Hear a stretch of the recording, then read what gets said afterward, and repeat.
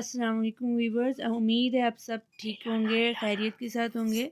आज जो है हम लोग एक और किताब लेके आपके पास हाजिर हैं। इसका इक़्तिबास देखें, थोड़ा सा आपको इससे समझ आ रही होगी। कोशिश करें कि इसको आप गेस करें कि ये कौन सी किताब है। कमेंट्स में ज़रूर बताइएगा कि कौन सी किताब है। चलें जी, अब हम चलते हैं अपनी किताब की तरफ। उस किताब से पहले मैं आपको बता दूं कि ये किताब है सिद्दीक़ सालिक साहब की। तो ये ने जी, हमारे पास आज किताब है जी इमरजेंसी, सिद्दीक़ सालिक की लिखी हुई। बहुत ही बेहतरीन इन्होंने लिखी है, यानी कि और ये देखिए इन्होंने थोड़ा सा यहाँ पे सिद्दीक़ सालिक का जो है इंट्रोडक्शन भी है। तो सबसे पहले जो है मैं आपको कहानी इसकी आज की वीडियो में बता देती हूँ कि इस कहानी में बेसिकली इस्लामी असूलों पर मुबनी मुआशरे के नाम, इसी से आपको पता चल जाएगा कि ये कहानी है क्या चीज़। इस असल में इस कहानी में जो है ना, दो मुख्तलिफ तबकों के दरमियान एक कशमकश का जो है ज़िक्र किया गया है। एक हमारे सेठ जागीरदार और दूसरा हमारे जो है मज़दूर तबका, या आप कह लें कि लोअर हमारी जो क्लास है वो, यानी अपर क्लास और लोअर क्लास के दरमियान है ये नावल। और इस नावल में एक सेठ साहब हैं जी, जिनका मरकज़ी किरदार है। तो वो सेठ साहब जो हैं जद्दी पुश्ती जागीरदार हैं, उनके पास बहुत सारे ज्वेलरी, यानी इसलिए नाम मेरे पास आ गया। तो इसलिए मैं आपको बता दूं कि यहाँ पे जो है इससे उनकी अमारत का ज़िक्र हो रहा है कि उनके पास चार बेटे थे बल्कि, और इतने अमीर थे, लेकिन फिर भी उनको ये डर था कि मेरी ये जो जागीरें हैं ये मतलब किसी और में ट्रांसफ़र ना हो। तो अपने बेटे होने के बावजूद भी जो है अपने अंडर ही सारा काम उन्होंने रखा हुआ था, यानी कि एक ऐसी उनका दिमाग बन गया हुआ था कि ये जो भी जायदाद है किसी और की ट्रांसफ़र ना हो जब तक मैं ज़िंदा हूँ। तो यही चीज़ जो है इस सारे नावल में चलती रही उनके बेटों के साथ भी, कि वो कोशिश करते रहे कि हमारे वालिद हमें ये ट्रांसफ़र कर दें, बट नहीं। तो इनके चार बेटे होते हैं जी। पहले बेटे को ज़राअत में अपने साथ लगाते हैं, दूसरे बेटे को इंडस्ट्रीज़ में लगाते हैं, तीसरा बेटा माजूर होता है और ज़्यादा वो काम वगैरह नहीं करता, जस्ट वो कह लें कि आप फाइनेंशियल मैटर्स जस्ट थोड़े बहुत, यानी मुंशी के तौर पे है। और चौथा बेटा जो है आला तलीम याफ्ता भी है, लेकिन फ़िलोसफिकल माइंड है उसका।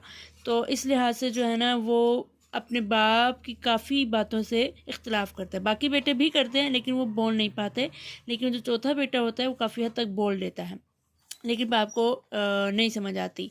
तो यहाँ पे अगर आप देखें तो यहाँ पे गरूर और तकब्बुर वगैरह जो है इस तरह से बात हो रही है। तो इसका मतलब है यहाँ पे बाप की ही बात हो रही है कि वो उसके अंदर इतना गरूर आ गया था कि वो किसी को भी अब अपने आगे खड़ा नहीं कर सकता, चाहे वो उसकी औलाद ही क्यों ना हो। तो इस कहानी में बेसिकली फिर 15 साल गुजरते हैं और फिर आहिस्ता आहिस्ता जो गांव के लोगों पे जो वो सेठ साहब कह लें कि जुल्म एक किस्म का ढा रहे थे, तो वो फिर उस गांव के लोगों को पता चल जाता है कि अब हमारी क्या वैल्यू है, अब हमें क्या करना है। ये हिस्सा 2 में देखें 15 साल बाद। तो उसमें वो जो है उनको अपनी जब शनाख्त वो होती है तो वो फिर उसके आगे जैसे खड़े हो जाते हैं, और फिर जो है सेठ साहब को कह लें कि एक ख्याल रहता है, ख़तरा रहता है कि कहीं ये गांव वाले मेरे बेटों को अपने साथ ना मिला लें और मुझे जो है ना ये अपने उसमें कह लें कि मेरी ये जायदाद ना ले जाएं, हड़प कर लेंगे, या मेरी जगह ये छीन लेंगे, मेरे बच्चे मुझसे बागी हो जाएंगे, गद्दार हो जाएंगे, ये वो उन्हें ख्यालात आते रहते हैं। और आखिर में क्या होता है जी, एक सैलाब आता है उनकी हवेली को जो है आके टकरा जाता है।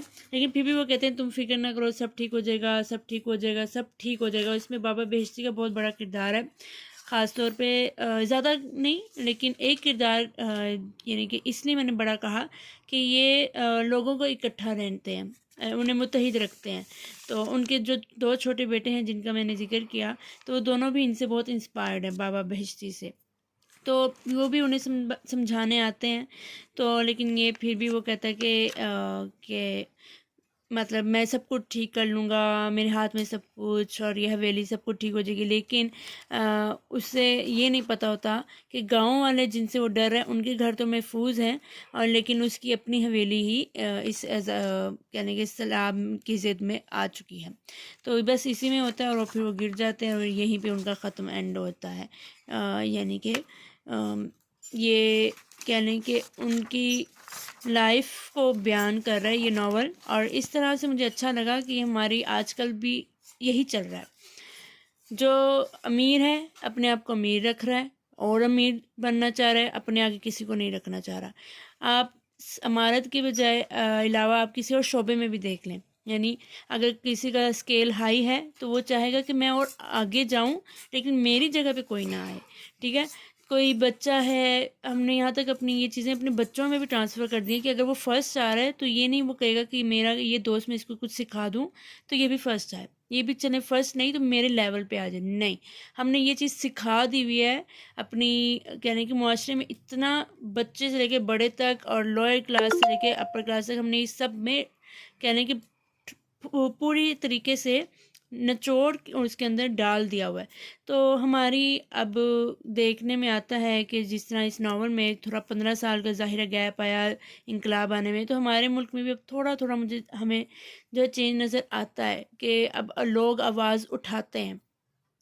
सियासत में आप देख लें, कोई भी शोबा देख लें, लोग अब आवाज़ उठाते हैं, कोशिश करते हैं, सोशल मीडिया यूज़ करते हैं। तो आपको ये अगर किसी ने पढ़ी है तो मुझे बताएं और आपको कैसी लगी। और इसके अलावा हमारे चैनल को सब्सक्राइब कीजिएगा और लाइक हमारी वीडियो को ज़रूर कीजिएगा। और इसके अलावा मैं आपको रिकमेंड करूँगी मोहम्मद बिन कासिम भी, वो भी आप हमारी वीडियो ज़रूर देखिएगा, वो भी बहुत अच्छा नावल है। अगर आप पढ़ना चाहें तो ज़रूर पढ़ें। मेरी इस नावल के लिए भी मेरी यही कहूँगी कि ज़रूर पढ़ें, क्योंकि हमारे आजकल के हालात को जो है ये रिप्रेजेंट कर रहा है नावल। बिल्कुल ऐसा लगता है जैसे हमारे मुल्क में यही सीन चल रहा है। चलें जी, ठीक है, हमें दुआ में याद रखिएगा, चैनल को देखते रहिएगा। अब तक के लिए इतना ही, अल्लाह हाफिज़।